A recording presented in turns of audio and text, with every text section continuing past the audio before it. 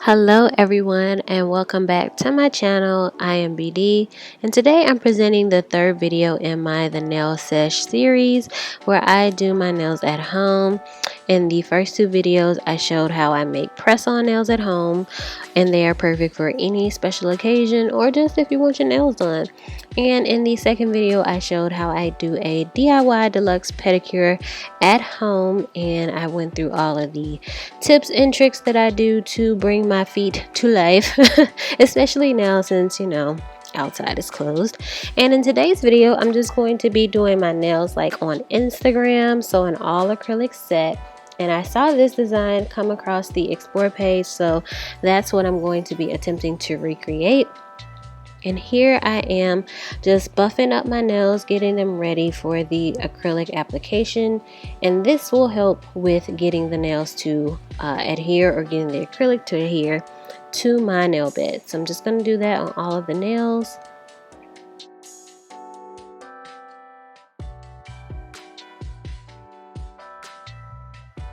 And I am also pushing my cuticle back.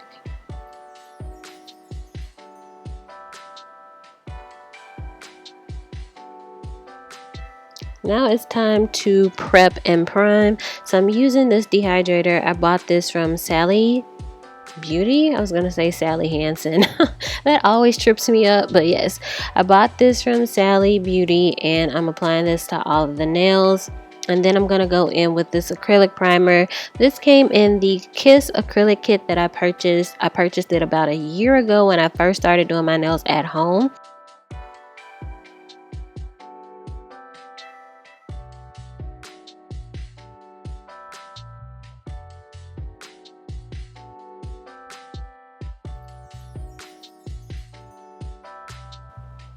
Off camera, I applied my tips, and these are just your normal square tips in the natural shade, and I am cutting to my desired length.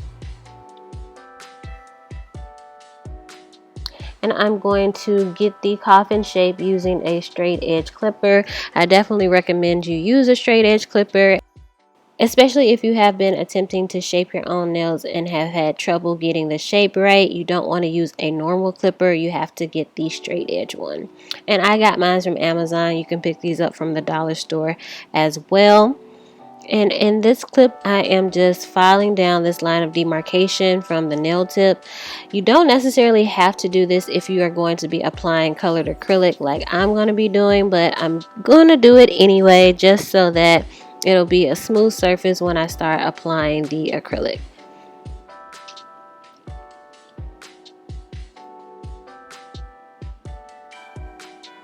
And this is the second primer that I mentioned. This is the Protein Bond from Young Nails. I use this because it definitely helps with lifting, to prevent lifting anyway. I noticed when I first started doing my nails I had a lot of lifting, and that is due to not prepping and priming the nails properly before applying the acrylic, and this primer really does help.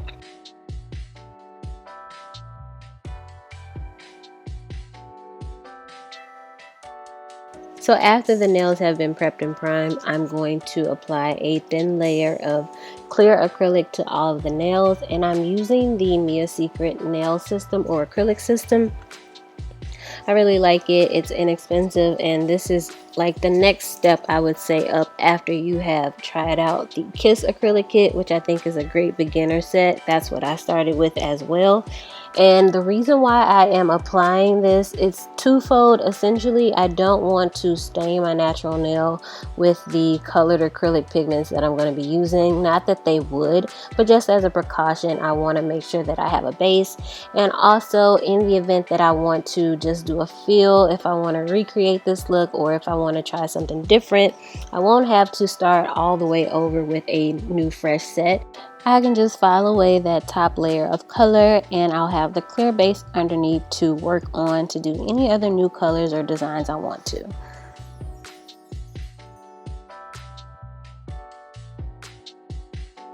So I'm just building a very light layer here, and it's not going to be super thick. I'm not going for strength here. I just want to have a little foundation.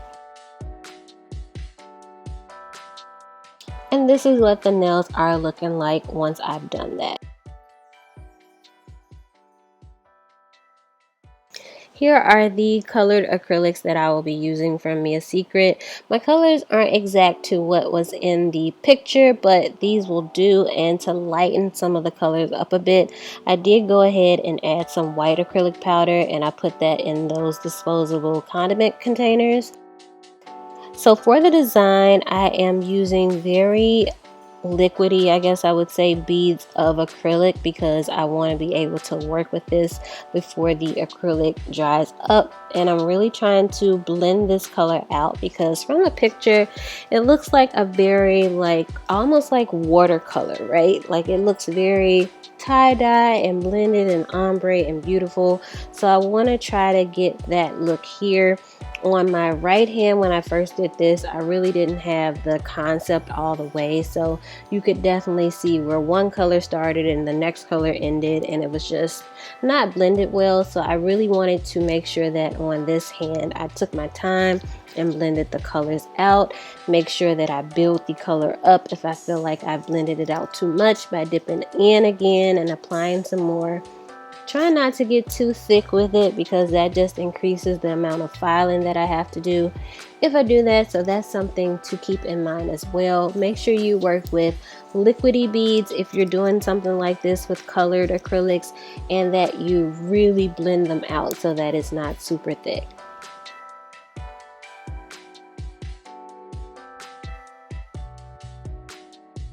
Any excess I just try to drag off with my brush onto the paper towel. And like I mentioned, if I felt like, oh, I took away too much color, I'll dip back in and just build it up a little bit. And I definitely try to clean up around that cuticle so that there isn't too much spillage or seepage, as that can lead to lifting. So you definitely want to keep that in mind.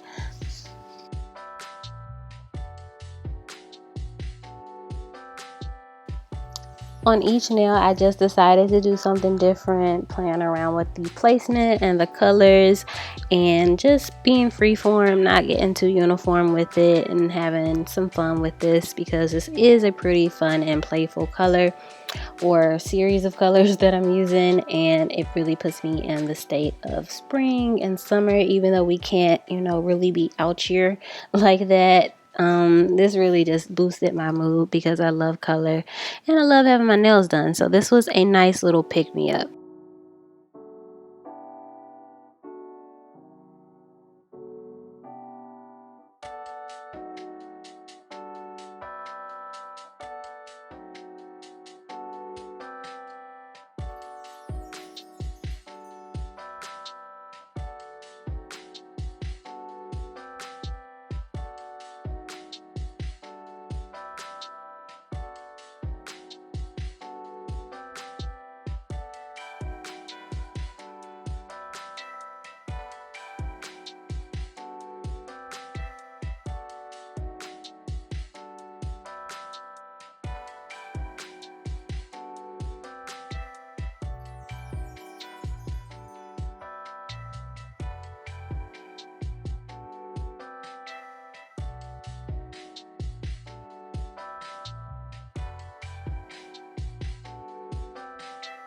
So right here I am filing down some of that acrylic, because I do want to encapsulate the nails, but prior to doing that I just want to make sure that the surface is smooth and that the shape is at least the way that I would like it to look. I'm using a 100 grit file, and I'm just going from side to side, being sure to not take too much off of one side, therefore effectively ruining the shape, which is something that I have done many times in the past. So I'm just trying to make sure that I take my time and go back and forth. And when I get around the cuticle area, I like to make sure that I kind of swing my file in a circular shape right on the edge to really cap that area and make sure that it is flat and not bulky, so that the nails can look nice and neat.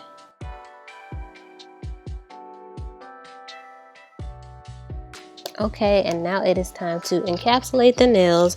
Now, I am not a professional or licensed nail technician. These are just things that I've picked up over the years from getting my nails done and from, of course, seeing a lot of different videos and tutorials on YouTube and Instagram and personally knowing nail techs. And these are the things that I use when I do my own nails at home. And for here, I'm just trying to build up a little strength. So I believe this is called the apex, this little area that I'm applying like extra acrylic to, where I really want it to be strong so my nail doesn't break. And then I'm also going to be adding some acrylic to the free edge of my nail, and then I'm going to drag that back toward the cuticle a little bit and blend what I've already placed down. And for the cuticle area, I just like to start with a little bit of acrylic at a time and work my way around that area, being sure not to flood it and being sure to get close enough so that it isn't already starting to look like I need a fill. And I just have to take my time here because I used to put so much acrylic at the cuticle area and it just looks crazy. So you definitely don't want to do that. So I'm just taking my time, taking a little bead at a time to build that up.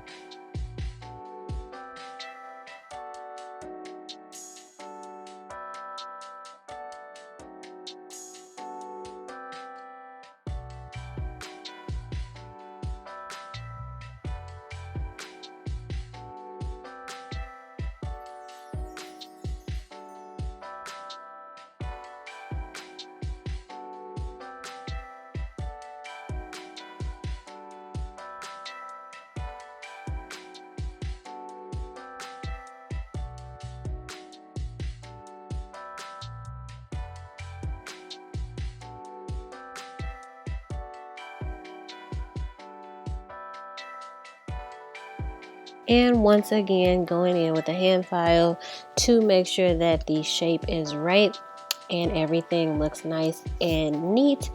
I like to use a hand file.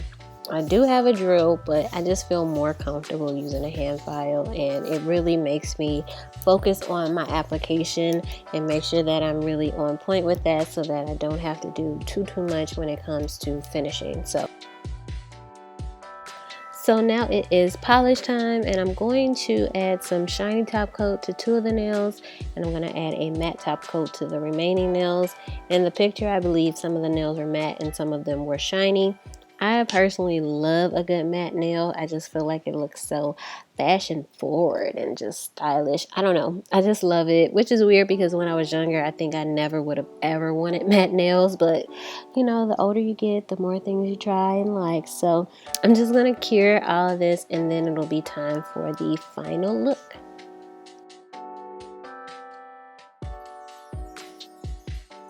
And here are the final nails.